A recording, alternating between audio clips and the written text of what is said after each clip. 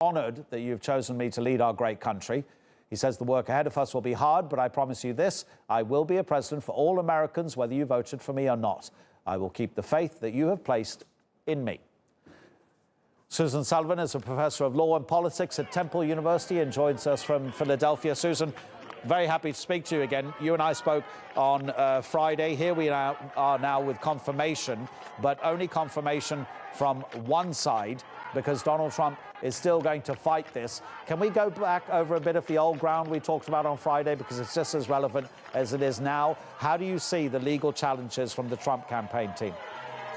Absolutely. There's not that much change. I think what we're going to see are more legal challenges, so the number will increase. But just as they have been through this process, there's really no founding, there's no evidence that's being offered. It's kind of the same rhetoric of desperation, really, that we're probably going to hear for the next 4 years. I don't think the Trump campaign are ever going to acknowledge that this was a fair and open, transparent process. So I'm just not sure, not convinced that they're ever going to really fully accept that.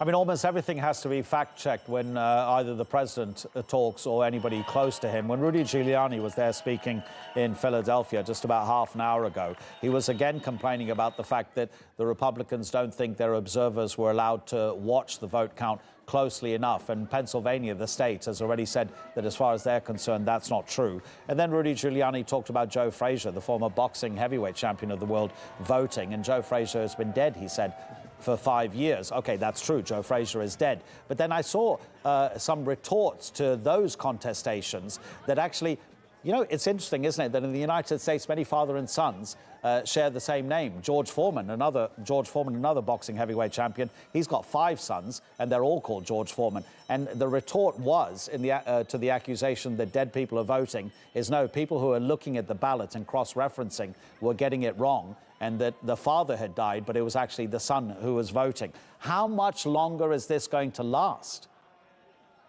Oh, I think we're going to be hearing from Mr. Giuliani for some time. Some of us welcome that, to be honest, because some of his claims are so ludicrous, they're so out there. I think we're going to miss him now that he's going to be pushed off the stage. Of course, we're going to hear these kind of allegations that dead people are voting and you know, ghosts are voting, and we'll hear every possible claim because I mean they're desperate. Now, in terms of the legal challenge to observers not being permitted to be close enough to observe. That was actually a challenge that the court heard, and the court came back and said, yes, let's give them more room. And in fact, they were, of course, given that room. Keep in mind there are observers who are independent, Democratic, and Republican, but also significantly, there are cameras all over the Philadelphia Convention Center and indeed other places that are streaming the count. You know, it's about as thrilling as watching paint dry, but it is there. So, you know, that can be scrutinized. And that is a wonderful, you know, development of all the new technology that we have. I must say, I just want to add that I've seen on the screen the jubilant crowds here in Philadelphia where I am. And, you know, Pennsylvania, basically the state put Joe Biden over the finish line. So all the people in the state of Pennsylvania, and of course it was a result of Philadelphia, I think feel personally responsible for having Joe Biden win this election. So there's a tremendous sense of celebration and joy around the country by all the Biden supporters, but particularly here in Philadelphia, the birthplace of American democracy, where the American Constitution was signed. So it's all coming together to be a very joyful day today. Susan, you're a professor of law and politics, so let me just ask you 2 questions, one on each. Sure. First of all, law. What are the chances of Donald Trump being arrested after the 20th of January? I believe there are at least more than a dozen cases and investigations taking place. Some people have said that on the 20th of January, maybe the 21st of January, the Southern District of New York is going to get its way and Donald Trump could well be arrested.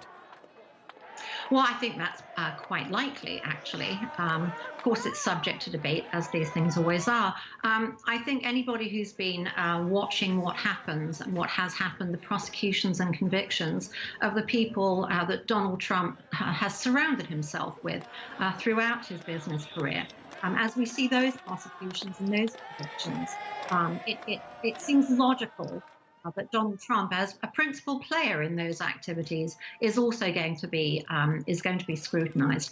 I have little doubt that there will be indictments that will be brought based on just information that we've gleaned over the last 3.5 years. So. I believe in the American justice system.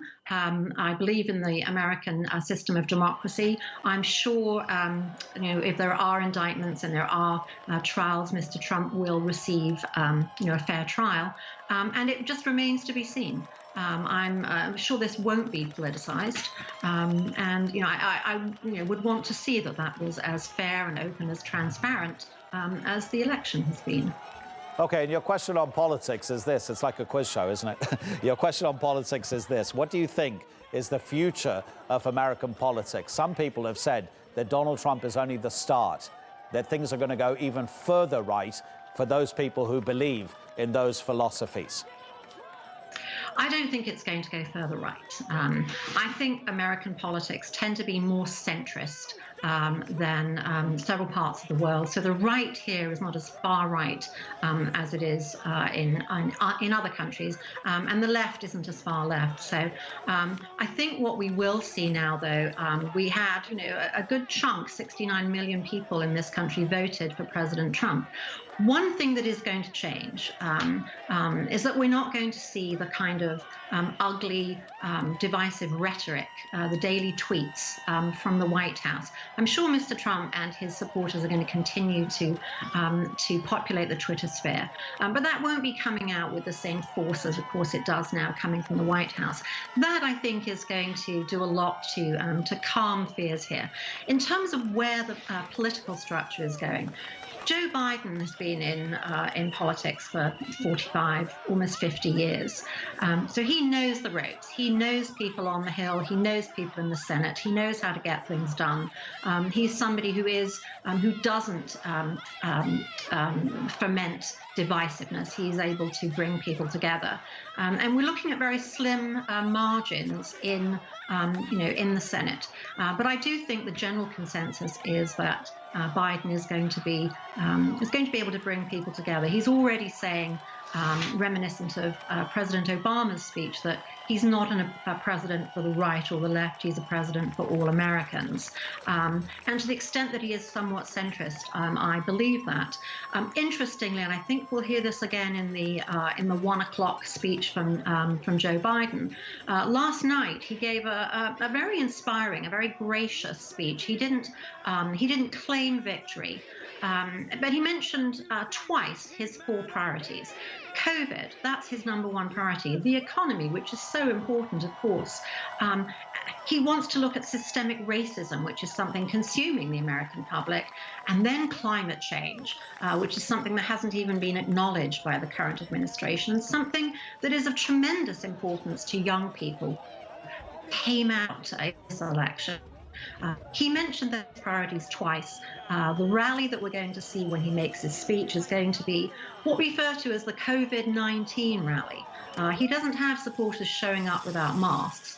He has hundreds of people in cars honking their horns to keep distance, to be safe. So yes, I think the political climate is going to change. It's going to be less divisive. I don't believe it's going to swing further to the right.